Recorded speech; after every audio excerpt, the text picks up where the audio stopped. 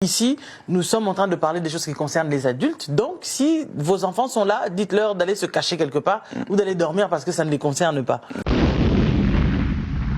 Parce que si on en parle, c'est parce qu'en fait, il y a un ça ne va pas. Tous les jours, moi, je reçois des coups de fil, j'ai des messages. Deux fois même, il y a des gens qui sont en train de me suivre, vont dire « Maman Lise, moi, ça fait 1 mois que je vous appelle, j'arrive pas à vous avoir. » Ben, c'est normal. Il faut éviter de dormir avec les sous-vêtements. Tu vois, tu peux dormir avec une nuisette, un joli pyjama et tout. C'est mieux de ne pas avoir de sous-vêtements avec toi parce que ça empêche le corps de bien respirer en fait. Parce qu'après aussi, tu sens mauvais. Tu comprends? Donc tout ça là, c'est important en fait pour donner aussi à l'autre envie de se rapprocher de toi. S'il vous plaît, ne changeons pas de sujet. Nous sommes en train de parler des 10 choses qui tuent le désir sexuel. Alors que quelqu'un ne vienne pas dire « Ah mais oui, mais tu parles de sentir mauvais. Est-ce que non ?» Nous parlons dans le contexte où ta femme a envie de toi, ou ton mari veut venir vers toi, mais ces choses dont je suis en train de parler l'empêchent de venir vers toi. Tue le désir. Parce qu'en fait, ça tue cette envie. C'est-à-dire, monsieur, il était déjà debout, mais tout s'endort parce qu'en fait, il y a quelque chose qui l'a repoussé. Donc, même les pyjamas. Si madame n'a pas un joli pyjama, monsieur, n'hésite pas à aller lui acheter un bon pyjama, une belle nuisette, tu vois. Parce que si tu veux que ta femme soit toujours agréable, au lieu d'envier les femmes d'autrui qui marchent dans les rues, ou envier les femmes qui passent dans les émissions, dans les films à la télévision. Ou sur Facebook. Mais c'est parce que dans les films, on met tout en valeur. On lui donne une super belle robe de nuit. Avant de monter sur son lit, elle a une belle robe de nuit en soie et tout ça. Mais ça, c'est dans le film. On a tout mis en place pour que ce soit agréable aux yeux. Mais si toi, chez toi, tu n'as pas ça, ta femme ne peut pas l'acheter, tu ne lui achètes pas. Alors, ne pense pas que ta femme va ressembler à la femme que tu vois sur Power. Pourquoi c'est toujours à la femme? Là, j'attire un peu l'attention des couples. Pourquoi c'est toujours à la femme d'avoir honte? Parce qu'elle a les cuisses un peu grossies. Les rondeurs et tout ça. Voilà, les bourrelets et tout ça, le ventre. Et puis un peu de vergeture et tout ça. Là. Justement. Donc là, ça devient... Il faut qu'elle se cache. Ou il faut éteindre les lumières. Parce qu'elle a honte de son corps. Madame, il faut arrêter d'être complexée par ton corps. Aime-toi tel que tu es. Si tu... des choses que tu as envie de changer, va faire un peu de sport, ça te permettra de te remettre un peu en forme. Mais sinon, il faut pas te complexer. Si ton homme avec qui tu es t'aime réellement, il doit t'aimer pour ce que tu es. Et que tu grossisses ou que tu maigrisses, parce que c'est pas toujours, on va pas toujours en grossissant. Hein. On peut aussi aller dans le sens contraire. On peut maigrir tellement au point où il n'y a plus d'habits qui ne tiennent. Même les beaux sous-vêtements que tu avais achetés, ça ne tient plus sur toi. Il faut chasser la troisième personne. Parce que, entre autres, les choses qui tuent le désir sexuel, c'est la troisième personne. C'est qui la troisième personne? C'est le portable. Ok, on peut avoir son portable. Les tablettes. Ta femme a envie de toi, toi tu es là avec ton téléphone, tu es en train d'envoyer tes photos sur Instagram, sur Facebook, alors qu'elle, la pauvre, elle s'est déjà préparée à prêter pour toi. Et toi tu es là avec ton téléphone portable. Ou même madame, ton mari s'est déjà préparé... il a arrangé déjà la journée et tout ça, là, ce soir, ça va chauffer avec sa femme. Et madame, elle est là, en train de snapper Snapchat. Franchement, cette troisième personne-là, il faut faire très attention. Il y a pas mal de choses que nous devons mettre en place pour s'attirer l'un et l'autre. Vous voyez, vous connaissez le verset de 1 Corinthiens 7, 33 qui est en train de nous dire ceci.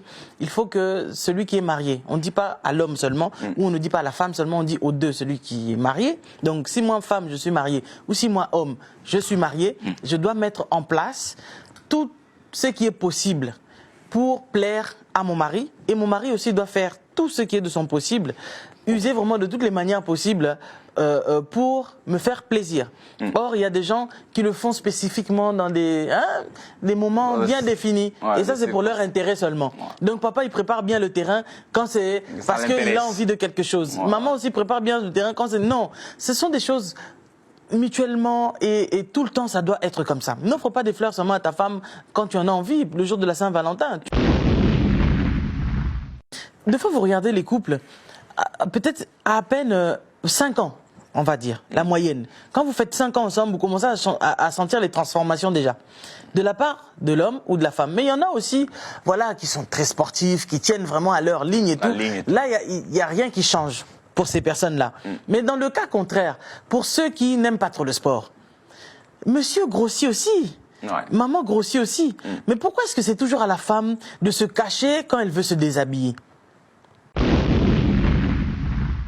Donc, il faut savoir, papa Mathieu, il a vraiment perdu beaucoup de poids. Ouais, alors, est-ce que sa femme va dire que je ne t'aime plus parce que tu as maigri? Non. Ça n'a pas de sens. Donc, au moment où lui, il est en train de perdre du poids, d'autres, c'est parce qu'ils font des régimes. Tu vois, ça leur plaît de perdre du poids, mais il y en a d'autres qui perdent du poids parce que la santé ne va pas trop bien. Donc, il faut vraiment tenir compte de tout ça. Ça, j'attire vraiment l'attention d'une femme qui commence à créer palabre, comme papa Mathieu aime dire, à son mari parce que son mari commence à changer un peu les formes et tout ça, ou à sa femme. Vraiment, je trouve que ce n'est pas gentil. Et beaucoup de femmes m'en parlent parce que c'est un souci, en fait. Son corps a changé. Monsieur, toi aussi, ton corps a changé. Alors, au lieu de voir ton gros ventre qui a grossi, là, toi, tu fais que regarder les vergetures de ta femme, tu ne fais que voir le ventre de ta femme qui a gonflé et tout ça, là, aide-la. T'as qu'à lui prendre comme j'aime, comme ça madame va perdre un peu de poids au lieu de l'insulter et madame commence à se cacher. Donc vous faites tout sous la couette sans que personne ne puisse voir le corps de l'autre, simplement parce que madame se cache, parce que sinon tu vas te moquer d'elle. C'est quoi ce mari qui se moque du corps de sa femme? Ça va durer combien de temps? Non, mais comment un mari peut se moquer du corps de sa femme?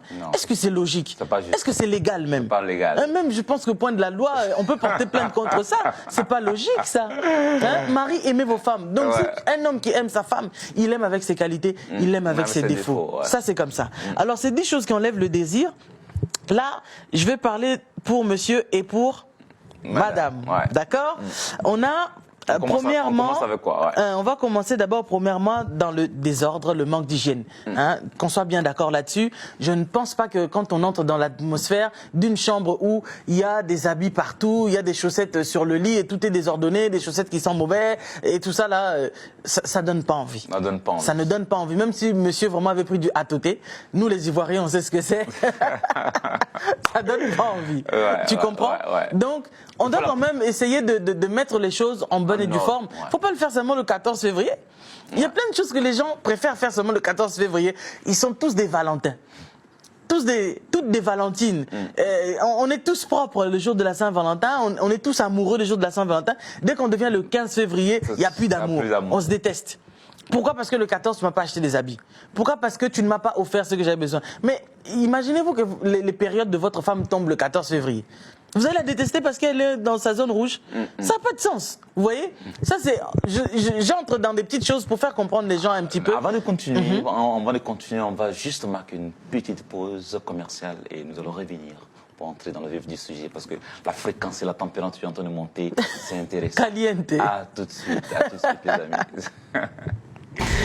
Après le Zénith de Paris, Casarema vous invite à la méga célébration Pâques. Et samedi 11 avril 2020, venez découvrir les louanges et adorations orchestrées par Sandra Mbou. Ne me cherchez plus là-bas, Dieu a changé mon adresse. Lise Manzana. Puissance. Là-bas. Puissance. Puissance. Gloire Grâce.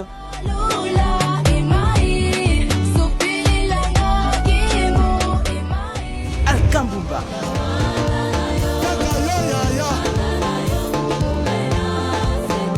Kassikalala Chimpi.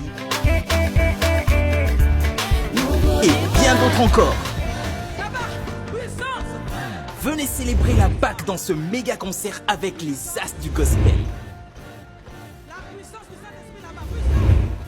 La méga célébration Pâques avec Casarema. Réservation obligatoire, entrée 30 €.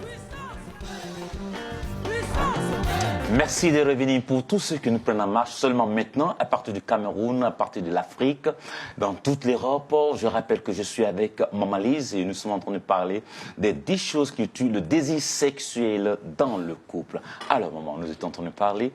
On était sur le premier élément déjà. Justement, donc j'invite vraiment à une personne de comprendre que... Donc si on a vraiment envie de toujours donner l'envie à l'autre de venir vers nous pour avoir les bons rapports ensemble, c'est de mettre les choses bien en place pour que l'autre ait toujours envie de nous. Que l'autre soit toujours attiré par nous. C'est pour ça que vous verrez, il y a des gens qui ont 40 ans de mariage, mais qui sont toujours autant amoureux, parce qu'en fait, les deux travaillent pour qu'ils soient toujours attirés l'un envers l'autre. Mais il y a des couples, 5 ans après, faire même un bisou à sa femme, c'est compliqué. Pourquoi je vais lui faire un bisou même? Pourquoi? Mais il y a des couples qui sont tellement amoureux, comme au premier jour. Ils s'embrassent sans arrêt. Tu te dis, waouh, c'est comme s'ils se sont rencontrés hier. Tu comprends? C'est un bel exemple à prendre, en tout cas. Alors, il faut éviter aussi des maisons où tout est tout blanc, comme si on est dans un hôpital. On est où là? Hein, un peu. Faut faire un peu de décor. Ouais, si tu aimes le blanc, mets un peu de gris ou un tout petit peu de noir ou pour casser un peu. T'es tout blanc comme ça, t'es où? T'es dans une clinique? C'est quoi le truc? Ça peut faire peur aussi à ton mari. Tu comprends? Hein? Si c'est toi la femme qui adopte en fait cette attitude-là. Oui, tu aimes le blanc, tu aimes que tout soit propre et tout ça. T'es hyper maniaque et tout, mais ça peut faire peur. Tu vois? Parce que chez toi, on a le droit de toucher à rien, donc voilà, on se croirait dans une clinique. Une maison qui est tout sombre, tout noir aussi. On n'est pas des gothiques non plus, tu comprends? Là, on est entre nous, chrétiens, tu vois. Après, les autres là qui sont des gothiques, ils font ce qu'ils veulent. Mais je parle de une bonne atmosphère dans la chambre. Si tout est noir aussi, on voit rien. Il faut un peu de décor de temps en temps. Oui, un peu de décor, un peu de choses qui sont jolies, beaux à voir et tout. Si tu peux changer tes rideaux de temps en temps, tu les changes. Les draps, il faut les changer continuellement, tu vois. Faut pas attendre 1 mois pour changer tes draps, hein. Faut pas attendre 2 mois pour changer tes draps. Tu peux changer chaque 3 jours, 4 jours, 5 jours. Ça dépend de comment est-ce que tu t'organises, tu comprends? Mais il faut qu'à chaque fois que ton homme il vient, qu'il sente que ça sent bon quand même. Les draps là, c'est bien repassé, tout va bien, ça donne envie. Tu comprends? Un bon parfum, ça dérange pas. Aujourd'hui, on a notre équipe de Rainbow qui vend les appareils, l'aspirateur. Là, tu aspires avec, tu peux aussi, c'est un senteur. Ça, quand tu mets ça aussi dans la chambre, ça sent bon. Tu mets ça dans la maison, ça sent bon. Ça t'évacue les mauvaises odeurs, ça te fait du bien. Rainbow. Donc il faut acheter ça. Tu peux avoir le bébé Rainbow pour ta chambre et puis le grand Rainbow pour toute la maison. Là, je fais vraiment de la pub parce que je suis leur égérie. Mais je dis que c'est bien parce que moi je l'utilise et ça se passe bien, ça nous fait du bien. Ça t'aide à bien respirer et tout ça. Donc c'est quelque chose que je conseille aussi au foyer de vous en procurer. Une bonne femme, un bon homme à la Saint-Valentin, c'est ce que tu aurais dû offrir à ta femme. Et c'est ce que tu aurais dû offrir à ton homme, de mettre un Rainbow dans ta maison. Ça va faire du bien. Il faut éviter de dormir avec les sous-vêtements. Tu vois, tu peux dormir avec une nuisette, un joli pyjama et tout. C'est mieux de ne pas avoir de sous-vêtements avec toi parce que ça empêche le corps de bien respirer en fait. Parce qu'après aussi, tu sens mauvais.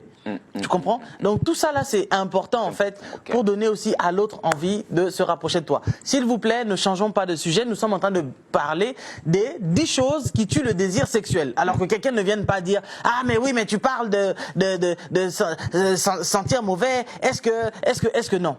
Nous parlons dans le contexte où ta femme a envie de toi ou ton mari veut venir vers toi, mais ces choses dont je suis en train de parler l'empêchent de venir vers toi. Tue le désir. Parce qu'en fait, ça tue cette envie. C'est-à-dire, monsieur, il était déjà debout, mais tout s'endort parce qu'en fait, il y a quelque chose qui l'a repoussé. Donc, même les pyjamas. Si madame n'a pas un joli pyjama, monsieur, n'hésite pas à aller lui acheter un bon pyjama, une belle nuisette, tu vois. Parce que si tu veux que ta femme soit toujours agréable, au lieu d'envier les femmes d'autrui qui marchent dans les rues, ou envier les femmes qui passent dans les émissions, dans les films à la télévision. Ou sur Facebook. Mais c'est parce que dans les films, on met tout en valeur. On lui donne une super belle robe de nuit. Avant de monter sur son lit, elle a une belle robe de nuit en soie et tout ça. Mais ça, c'est dans le film. On a tout mis en place pour que ce soit agréable aux yeux. Mais si toi, chez toi, tu n'as pas ça, ta femme ne peut pas l'acheter, tu ne lui achètes pas. Alors, ne pense pas que ta femme va ressembler à la femme que tu vois sur Power. Très souvent, les hommes, quand ils sont stressés, parce que toute la journée, peut-être il a eu beaucoup de pensées, parce que les factures, parce que il pense comment est-ce qu'il doit organiser le voyage pour les vacances avec la famille et tout ça, les soucis d'argent. Après, un homme comme ça, quand toi tu lui montres que oui, tu as vraiment envie, même si on dit que les femmes elles sont difficiles à démarrer et que les hommes démarrent directement, mais tu sais, quand tu es vraiment stressé, bah, ça baisse la libido, ça donne pas envie. Après, il y a des choses aussi qui baissent la libido, c'est la maladie, des maladies neurologiques. Il y a le diabète, il y a pas mal de maladies, il y a l'hypertension, il y a le cancer, il y a l'arthrite, tout ça là, chez l'homme surtout, ça donne la baisse de la libido. Donc, quand tu constates ça chez ton homme, dites-lui d'aller voir un médecin. C'est pas mauvais d'aller voir les médecins. Tout à fait. Et aussi de prier pour cela. Parce que si deux personnes s'accordent et qu'ils prient, ils demandent quelque chose au Seigneur, le Seigneur va leur répondre. Ça, moi, j'y crois. La femme peut intercéder pour son mari quand ça ne va pas. Tout comme l'homme aussi peut intercéder comme sa femme devient frigide. Ça, vice-versa. On doit le faire pour s'entraider, justement. On parle de la routine sexuelle. Tu vois, la routine, ça veut dire que c'est tout le temps la même chose et puis au bout d'un moment... La même chose, c'est-à-dire quoi? La même position peut-être? Bon, il y a entre autres ça, les mêmes positions. Après, il y a de ces choses, quand l'autre n'aime pas forcément, bah, il faut en parler à deux et dire que moi, cette position-là, moi, je n'aime pas. Telle chose, moi, je ne veux pas faire. Donc, il faut en parler à votre femme, en parler à votre mari. Ce n'est pas bien que toi, tu fais des choses simplement pour plaire à ton mari. Même si j'ai dit dans le verset de la Bible, dit qu'il faut tout faire pour plaire à ton mari, mais si il y a quelque chose qui ne te plaît pas, au lieu de le garder et tu te dis, bah, le verset a dit que je dois tout faire pour plaire à mon mari, mais si ça te met dans une mauvaise posture, tu en parles avec ton mari et vous trouvez une solution qui vous va à vous deux, pour vous permettre à vous deux un certain équilibre où chacun va se sentir bien, hein, pour évidemment donner le désir à l'autre d'aller vers vous. Parce que quand tu sais déjà que celui-ci, quand il me demande, c'est toujours pour me faire du mal. Donc je ne veux pas y aller, tu comprends? Pour être clair dans mes propos, il y a des hommes par exemple qui obligent leurs femmes à les sodomiser par exemple. Et ça, moi tout le temps j'ai des femmes qui m'appellent, mon mari il aime trop la sodomie, il veut trop la sodomie, moi je n'aime pas ça, ça me fait mal, je souffre. Qu'est-ce que je dois faire? Est-ce que je dois accepter? Mais attends, moi déjà je suis contre ces choses, je parle de moi. La Bible dit quoi déjà? La Bible dit quoi? Est-ce que la Bible autorise la sodomie? Non. Alors voilà, donc faut pas venir me dire que la Bible, tu sais très bien ce que la Bible dit. Après, chaque personne dans sa chambre est libre de faire ce qu'elle veut, mais n'allons pas à l'encontre de ce que la Bible nous dit. Tu comprends? Nous savons qu'il y a des chrétiens qui nous suivent et il y a des non-chrétiens qui nous suivent. Moi, aux chrétiens, je leur dis qu'est-ce que la Bible dit. Après, les autres, faites ce que vous avez envie de faire. Mais même tout en faisant ce que vous avez envie de faire parce que vous aimez ça, l'homme et la femme, vous aimez faire ce que vous faites, ben, quand il y en a un à qui ça ne plaît pas de faire ces choses-là, tu ne peux pas, toi, en tant que mari, forcer à ton épouse de faire quelque chose qu'elle n'aime pas. Il faut en parler. Sinon, la femme, eh ben, elle va cacher, elle va accumuler. Et puis le jour où la femme va prendre ses bagages et partir, tu ne vas pas comprendre pour quelle raison ta femme est partie, mais c'était simplement parce qu'il y a cette chose-là qu'elle refuse tout le temps que tu lui fais au moment où tu veux aller vers elle, qu'elle refuse de faire et que toi tu l'obliges à faire, eh ben la femme n'a pas envie. Et comme elle n'avait plus envie de continuer à subir, elle finit par s'en aller. Ce que je suis en train de vous dire là est vrai. Moi, j'ai tous les jours des femmes qui me disent « Maman, ça ne va pas dans mon couple. Mon mari m'exige de faire telle chose, telle position et moi, je ne veux pas faire ça. » Il y a aussi des hommes qui appellent pour dire que ma femme m'exige de faire les cunilingus et moi, je ne veux pas faire ces choses, mais elle m'oblige quand même à les faire. Alors, madame, si ton mari ne veut pas faire ces choses et que toi, tu estimes qu'il est obligé de te faire, écoutez, parlez-en ensemble. Tout à fait. Et trouvez la solution adéquate pour vous arranger, vous deux. S'il y a quelque chose que l'autre exige et que l'autre ne se sent pas à l'aise là-dedans, en tout cas, il faut communiquer là-dedans. Parce que beaucoup de couples se séparent aujourd'hui, c'est toujours par manque de communication. Hein.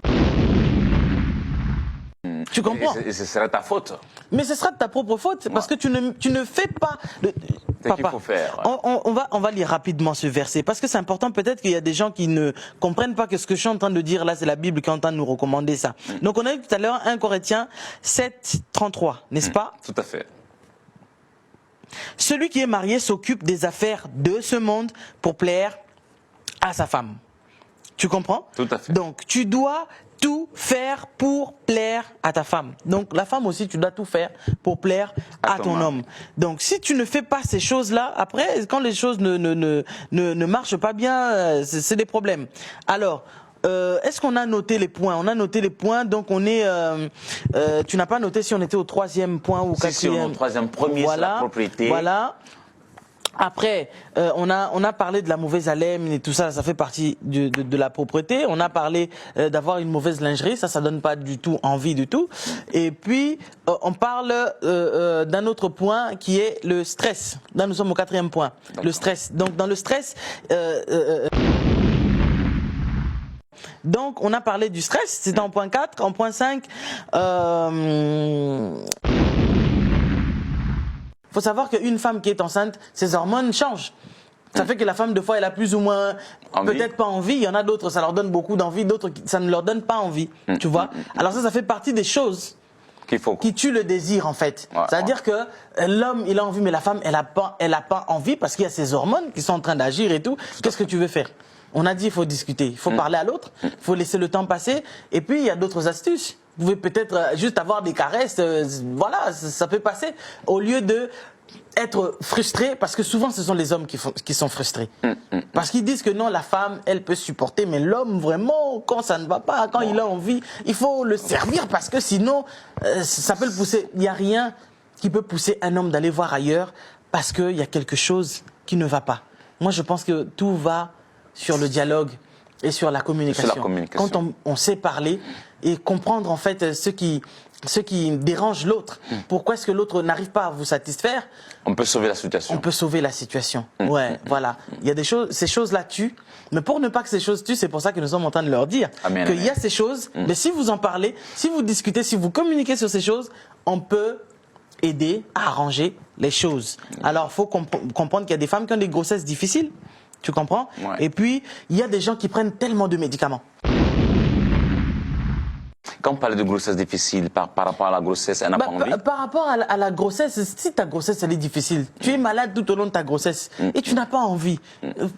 L'autre, est-ce qu'il faut qu'il te force? Il faut qu'il te comprenne. Qu'il comprenne la période dans laquelle tu es en train de passer et qu'ensemble, vous puissiez trouver une solution. La solution, ça se trouve toujours dans le dialogue. Ça ne veut pas dire que bon...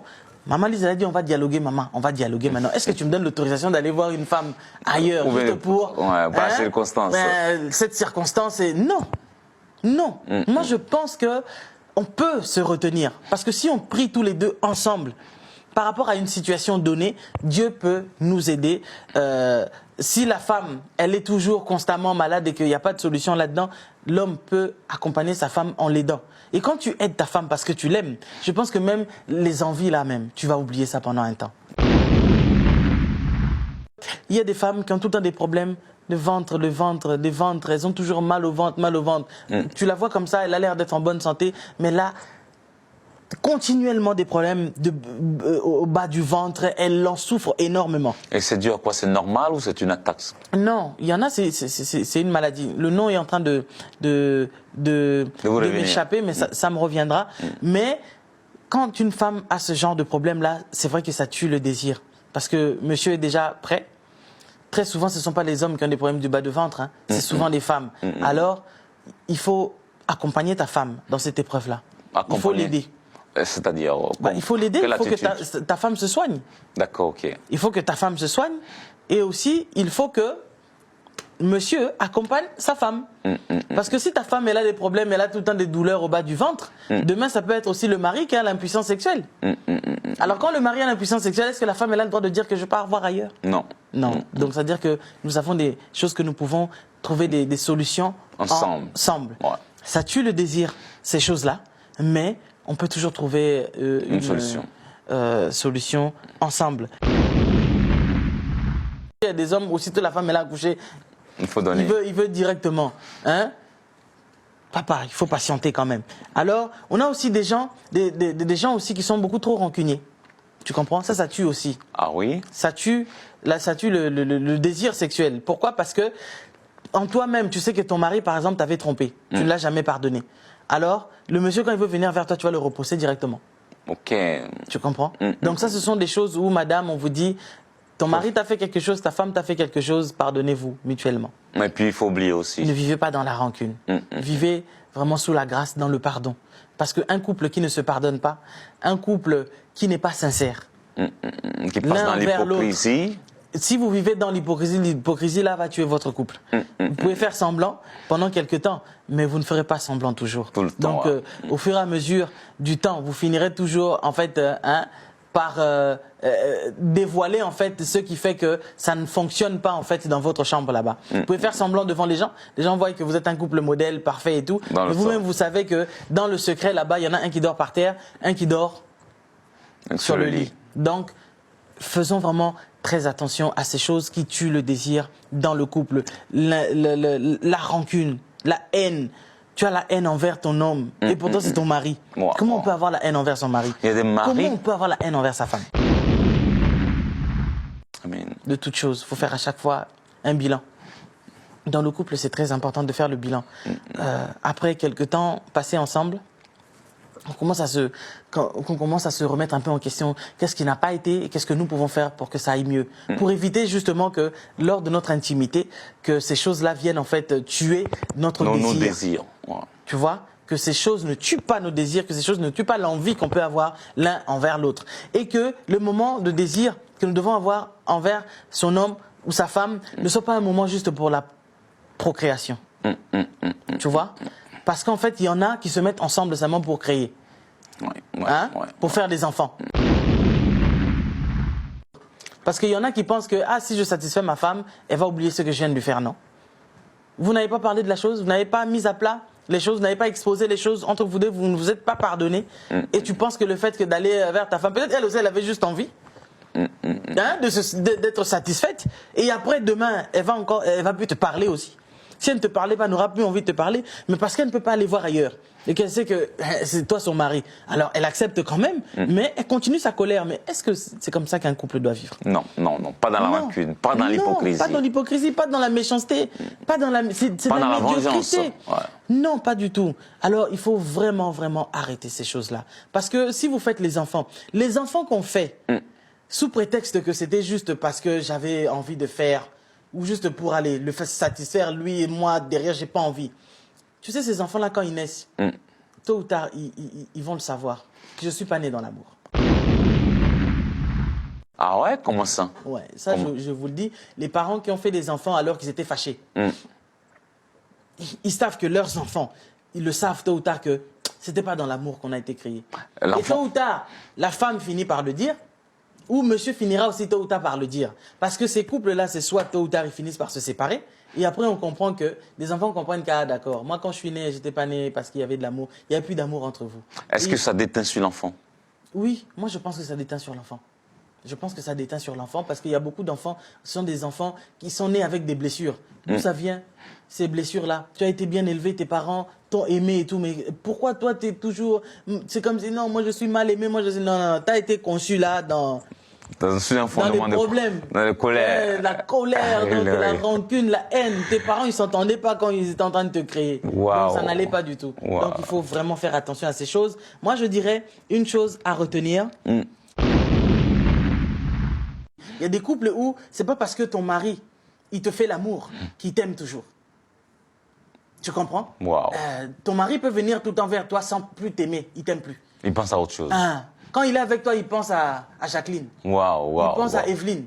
Tu comprends? La femme aussi elle se laisse aller vers son mari, mais parce qu'elle a dit, la Bible a dit, ne vous privez pas l'un et l'autre. Alors elle le fait, mais au fond, elle ne t'aime plus. Elle ne te désire plus. Elle pense à Jean-Jacques. Elle pense à Jean-Claude. Tu comprends? Donc, il ne faut pas confondre les choses. Il y a des gens aussi qui désirent, mais qui n'aiment pas. Tu comprends? Et on peut ne pas désirer forcément, mais aimer. Et quand on ne désire pas forcément, ça veut dire peut-être qu'il y a un souci. Et ce souci-là, il faut que ça se soigne. Je ne sais pas si tu m'as compris. Oui, je comprends. Il y a un homme, par exemple, qui ne désire plus sa femme. Mais ce n'est pas parce qu'en fait, il ne l'aime plus. Il aime toujours sa femme, mais il y a un souci. Il y a peut-être un problème de mari de nuit, comme je l'ai dit. Il y a tous ces problèmes dont nous avons parlé depuis le premier point jusqu'au 10e point. Ça, il faut trouver des solutions à ça. Mais il y en a aussi, en fait, ils te désirent, mais en fait, au fond, ils ne t'aiment pas. Tu comprends? Donc, il faut faire attention. Il faut beaucoup prier pour nos maris. Il y a des femmes qui sont chrétiennes, mais les maris sont païens.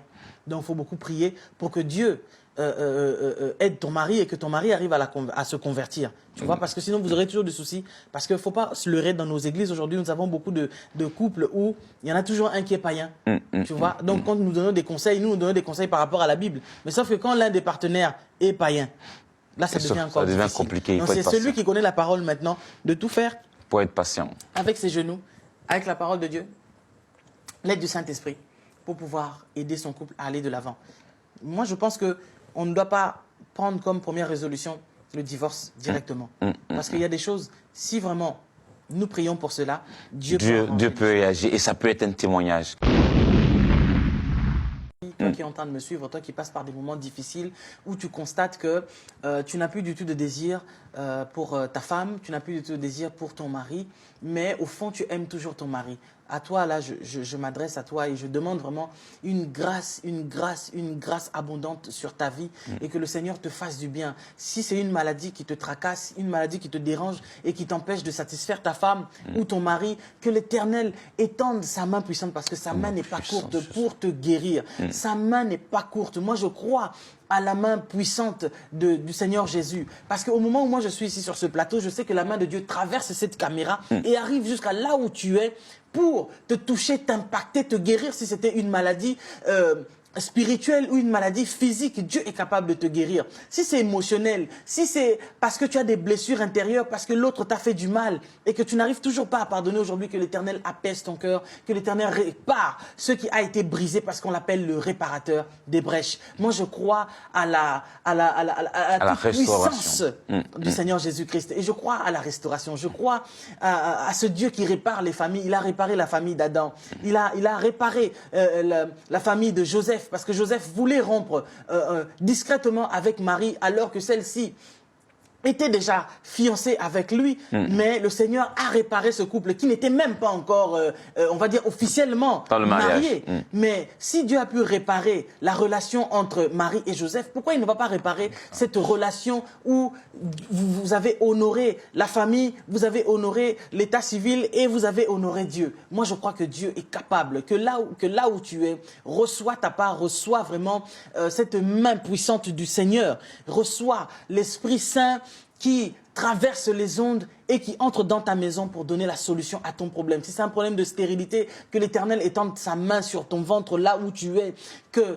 les 9 mois qui arrivent, que tu enfantes cet enfant de la promesse. Parce que le Seigneur sait que dans notre famille à nous, il n'y aura pas de femmes stériles, ni des femmes qui avortent. Et si autrefois tu avais avorté, malgré toi, parce que tu étais païenne, tu ne connaissais pas le Seigneur, laisse-moi te dire, parce que tu t'es repenti, tu as demandé pardon à Dieu. Et si même toi, l'homme, tu as fait avorter des femmes d'autrui, et que Dieu t'a puni aujourd'hui pour ne pas avoir d'enfants, parce que tu avais fait faire des avortements à des femmes, que Dieu te pardonne, parce que tu lui avais demandé pardon. Et si tu n'avais pas demandé pardon là où tu es, tu peux te repentir simplement. Dieu est juste et fidèle pour te pardonner. Si mon peuple sur qui est invoqué mon nom s'humilie, il prie.